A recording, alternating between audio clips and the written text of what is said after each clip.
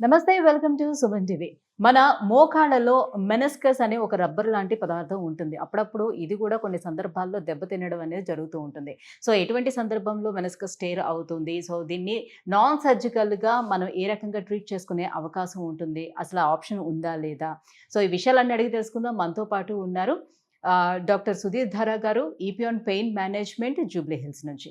Hello sir. Hi అండి Sujitha. Sir, first of all అసలు meniscus అనేది మన నీ జాయింట్లో ఎక్కడ ఉంటుంది? దాని పనితీరేంటి? నీ జాయింట్ ఈ రెండు పెద్ద బోన్స్ మధ్యలో ఉన్న పెద్ద జాయింట్, బిగ్ జాయింట్. ఎందుకు అది అంత బిగ్ ఉంటుందంటే మన బరువు అంతా అదే మోసేది. సో మన నడకలో కూడాను మన బరువుని మోస్తూ మనల్ని ముందుకు నడిపేదే నీ జాయింట్. చాలా ఇంపార్టెంట్ స్ట్రక్చర్. అండ్ ఇది చాలా సింపుల్ కూడా. సింపుల్ అంటే లోపల కాంప్లికేటెడ్ స్ట్రక్చర్స్ ఏముండవు. స్పైన్ అనుకో, ఎన్నో nerves, discs, ligaments, joints, bones అన్నీ ఉంటాయి. ఇందులో ఏముండవు. రెండు బోన్స్ మధ్యలో మీరు అన్నట్టు ఒక మెనిస్కస్ అనేది ఒక కుషన్ లాంటిది అనమాట. మెత్తటి పదార్థము, రెండు బోన్స్ దగ్గర రాకుండా. తర్వాత కార్టిలేజ్, అది కూడా షాక్ అబ్జర్వర్ లాగా, కుషన్ లాగా. ఈ రెండు అలానే పనిచేస్తాయి. రెండు మెత్తటి పదార్థాలు. లిగమెంట్స్ ఉంటాయి. లిగమెంట్స్ ఎందుకంటే జాయింట్ మొత్తం బోన్స్ని ప్లస్ జాయింట్ని సపోర్ట్ చేయడానికి.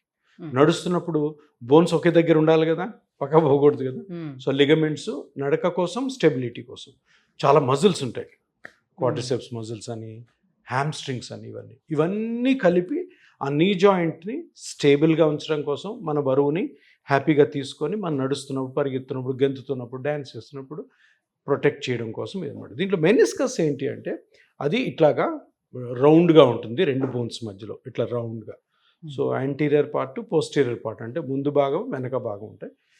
ఈ మెనిస్కస్ ఏంటి అంటే ఒక సాఫ్ట్ పార్ట్ కాబట్టి ఎక్స్ట్రీమ్ ప్రెషర్కి లోన్ అయితే, అంటే కింద పడితే, ఎవరన్నా కొడితే, నువ్వు పోయి నీ మోకాలు ఎక్కడైనా తగిలితే అది క్రాక్ అవుతుంది. సో మెనిస్కస్ ఇంజురీ అంటారు. సో మెనిస్కస్ ఇంజురీ అయినప్పుడు ఏమవుతుంది, అక్కడ ఆ stability plus also cushioning effect పోతుంది. పోయినప్పుడు పెయిన్ వస్తుంది. మెనిస్కస్ కూడా కొంత పార్ట్ నర్వ్స్ ఉంటాయి కాబట్టి అక్కడ నుంచి కూడా పెయిన్ వస్తుంది. ఇది కాక మజిల్ మెనిస్కస్ కట్ అయినప్పుడు, ఇప్పుడు మనము నడుస్తున్నాము కదా, కట్ అయిన చిన్న ముక్క ఉంటుంది చూడు, ఆ ముక్క కానీ అక్కడే ఉండకుండా పక్కకు జాయింట్లోకి వచ్చింది అనుకో, మొక్క లాక్ అయిపోతుంది. నడుస్తున్నప్పుడు మనం నడవడం అంటే కాలు ఇట్లా మడిచి ఇట్లా ముందుకేస్తాం, మడిచి ముందుకేస్తాం కదా, ఇట్లా మడిచి ముందుకేస్తున్నప్పుడు ఆ మెనిస్కస్ చిన్న కట్ అయిన పార్ట్ కానీ జాయింట్లోకి వస్తే ఇది రాదు, స్టిఫ్గా స్టక్ అయిపోతుంది. అప్పుడు ఇటు పట్టుకొని మళ్ళీ ఇదిలిచ్చుకొని వెళ్తారు. సో మెనిస్కస్ డ్యామేజ్ అవడంలో ఒకటి కొంతపాటి నొప్పి ఉండొచ్చు, తర్వాత స్టెబిలిటీ కొంచెం తగ్గచ్చు. ముఖ్యమైనది లాకింగ్ అంటారు. నడుస్తున్నప్పుడు లాక్ అవుతుంది. ఇట్లా నడిచినప్పుడు మోకాలు మడిచి ముందుకేస్తుంటే ఆ ఫ్రీ మూమెంట్ అట్లా మడిచినప్పుడు అట్లే మడుచుకొని రాదు. ఇట్లా ఇచ్చినప్పుడు ఇదిలిచ్చినప్పుడు ఆ జాయింట్ నుంచి మళ్ళీ సైడ్కి వస్తే మళ్ళీ నడుస్తారు. సో మెనిస్కస్ డ్యామేజ్ అయ్యింది అంటే ఈ సిమ్టమ్స్ మనం ఎక్స్పెక్ట్ చేయొచ్చు. సో లిగమెంట్ టేర్ కి మెనిస్కస్ టేర్ కి చాలా మంది కన్ఫ్యూజ్ అవుతూ ఉంటారు. రెండిటికి డిఫరెన్స్ ఎట్లా? ఇదే అంటే ప్రతి దాని వల్ల కూడా కొంత నొప్పి రావచ్చు. కానీ ఇక్కడ పాయింట్ ఏంటంటే, సరే మెనిస్కస్ డ్యామేజ్ అయ్యింది, ఏం చేయాలి? అందరూ ఏమనుకుంటారు, ఆ మెనిస్కస్ డ్యామేజ్ అయింది, ఎంఆర్ఐలో మెనిస్కస్ ఉంది, ఆపరేషన్. అన్నిటికీ ఆపరేషన్కి అవసరం. కొన్నిటికి ఆపరేషన్ చేయాలి, కొన్ని ఆపరేషన్ చేయకూడదు.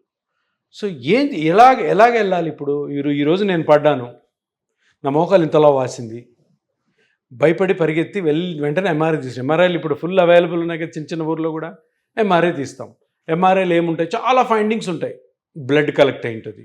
ఇంతలా వాసిందంటే బ్లడ్డే కదా, ఇంకేమొస్తుంది అక్కడ? బోన్ ఫ్రాక్చర్ అయి ఉండొచ్చు, మజిల్ క్రాక్ అయి ఉండొచ్చు, మెనిస్కస్ క్రాక్ అయి ఉండొచ్చు, లిగమెంట్స్ క్రాక్ అయి ఉండొచ్చు. కొలేటరల్ లిగమెంట్స్ అని ఈ సైడ్లో ఉంటాయి, ఏసీఎల్ అని లోపల ఉంటుంది, పీసీఎల్ అని వెనకాల లోపల ఉంటుంది.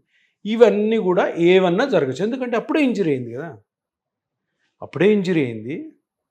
సో వెంటనే నువ్వు ఎంఆర్ఐకి వెళ్ళగానే ఇవన్నీ కనపడతాయి. అందరూ ఏమనుకుంటారు, అమ్మో నాకు లిగమెంట్ కట్ అయింది, అమ్మో నా మెనిస్కస్ కట్ అయింది, ఇంకా వెంటనే ఫ్యూచర్లో ఇంకా నేను నడవలేను అనుకుంటారు. చాలా తప్పు. ఇంజరీ అయినప్పుడు తప్పకుండా రెస్ట్ ఇవ్వాలి. దెబ్బ తగిలింది, ఎందుకు రెస్ట్ ఇవ్వాలి? ఫస్ట్ ఈ బ్లడ్ ఉందా లోపల, అంతా అబ్జర్వ్ అయిపోతుంది, ఆటోమేటిక్ అబ్జర్వ్ అయిపోతుంది. ఈ చిన్న చిన్న లిగమెంట్స్ ఉన్నాయా, అవి హీల్ అయిపోతాయి ఆటోమేటిక్గా.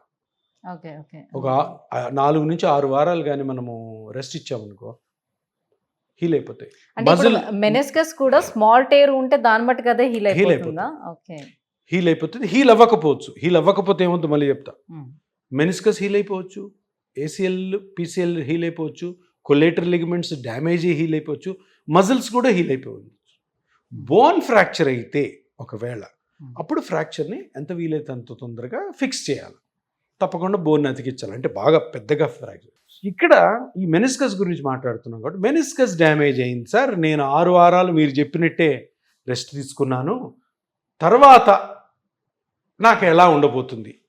6 వారాలు అయిన తర్వాత మీరు మామూలుగా నడవడం స్టార్ట్ అయిపోతుంది, ఏ ఇబ్బంది లేకుండా. ఇది ఒక సెట్ ఆఫ్ పేషెంట్స్లో జరుగుతుంది. ఒక సెట్ ఆఫ్ పేషెంట్స్లో నొప్పి ఉంటుంది. ఒక సెట్ ఆఫ్ పేషెంట్స్లో మూడో సెట్ నొప్పితో పాటు నడకలో డిఫరెన్స్ వస్తుంది. మూడే, ఒకటి కంప్లీట్గా 6 వారాల తర్వాత హీల్ అయిపోద్ది, ఇంకొకటి నొప్పి ఉండొచ్చు, నొప్పే నడుస్తున్నప్పుడు నొప్పి, మూడోది నడకలో ఇబ్బంది. నడకలో ఇబ్బంది ఎలా ఉండొచ్చు? నడుస్తున్నప్పుడు ఇట్లా స్లిప్ అయిపోవచ్చు, కాలు నడుస్తుంటాం పట్టు ఉండదు, అట్లా మళ్ళీ గోడ పట్టుకోవాల్సి వస్తుంది, అదొన్నా ఉండొచ్చు. లేదు నడుస్తున్నప్పుడు మోకాలు లాక్ అవుతుంది. ఇంతకుముందు చెప్పాను కదా, ఇట్లా నడుస్తుంటాం కాలు ఇట్లా మడిచి ఇట్లా ముందుకేస్తాం, మడిచి ముందుకేస్తాం, ఇట్లా ముడిచి అట్లా పట్టుకుపోతుంది. స్లిప్ కాదు, పట్టుకుపోవడం. స్లిప్ అంటే ఇన్స్టెబిలిటీ, అది కాదు. మెనిస్కస్లో ఇన్స్టెబిలిటీ ఉండదు, అట్లా పట్టుకుపోతుంది, లాక్ అయిపోతుంది. లాక్ ఎందుకు అవుతుంది అంటే ఈ మెనిస్కస్ కట్ అవుతుంది కదా పడినప్పుడు, ఆ కట్ అయిన ముక్క నడుస్తున్నప్పుడు జాయింట్లోకి వస్తుంది. ఆ జాయింట్ ఫ్రీగా ఉండదు కదా, టక్ అండ్ స్ట్రైక్, అప్పుడు ఇటు ఇదిలిచ్చుకుంటే కాలు రిలీజ్ అవుతుంది, మళ్ళీ పోతారు.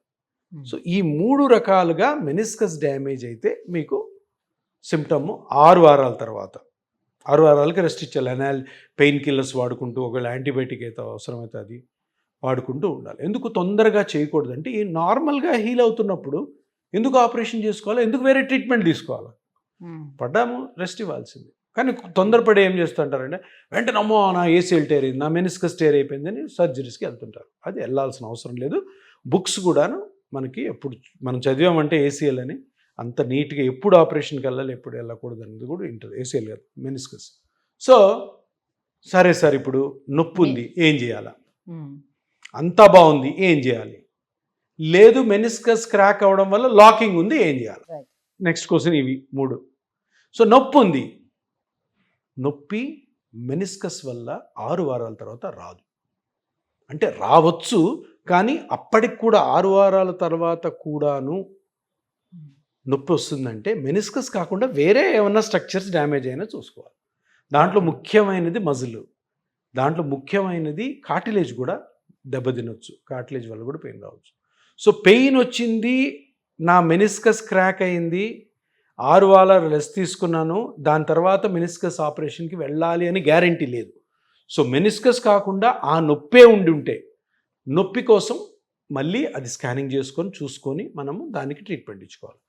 అదే లాకింగ్ ఉంది, నడుస్తున్న పట్టుకుంటుంది 6 వారాల తర్వాత, అప్పుడు ఆర్థ్రోస్కోపిక్ సర్జరీకి వెళ్ళొచ్చు. 100% వెళ్ళాల్సిన అవసరం లేదు. అది కూడా అప్పుడు ఇండికేషన్ వస్తుంది ఆపరేషన్. అంటే ఇవంతా బుక్స్ చెప్తాయి మనకి. రైట్. ఇప్పుడు మనకు ఉన్నటువంటి అవైలబుల్ ఉన్నటువంటి నాన్ సర్జికల్ ట్రీట్మెంట్ పిఆర్పి అని అంటే జనరల్గా అందరికీ ఉన్నటువంటి అవగాహన ఏంటంటే, సో ఏదైతే అరిగిపోయిన కార్టిలేజ్ ఉందో దాన్ని రీజనరేట్ చేయడానికి ఉపయోగపడుతుంది అని. ఈ మెనిస్కస్ టేర్స్కి ఏ రకంగా ఉపయోగపడుతుంది? సో ఇప్పుడు మెనిస్కస్ టేర్ ఉంది, లాకింగ్ లేదు, పెయిన్ ఉంది, ప్లస్ ఇతరత్ర అంతా బాగానే ఉంది. మెనిస్కస్కి పిఆర్పి ఎక్సలెంట్గా పనిచేస్తుంది. మెనిస్కస్ టేర్కి ఆర్ మెనిస్కస్ టేర్ ఉన్నా లేకపోయినా నొప్పి ఉందంటే ఆ నొప్పి స్ట్రక్చర్ వేరేది ఉండొచ్చు. కొలేటరల్ లిగమెంట్ అయి ఉండొచ్చు, కార్టిలేజ్ అయి ఉండొచ్చు, ఆర్ మజిల్ అయి ఉండొచ్చు. ఈ మజిల్స్, ఈ 3 స్ట్రక్చర్స్ కూడాను హీలింగ్కి, అవి తొందరగా హీల్ అవ్వడం కోసం పిఆర్పి చాలా బాగా పనిచేస్తుంది.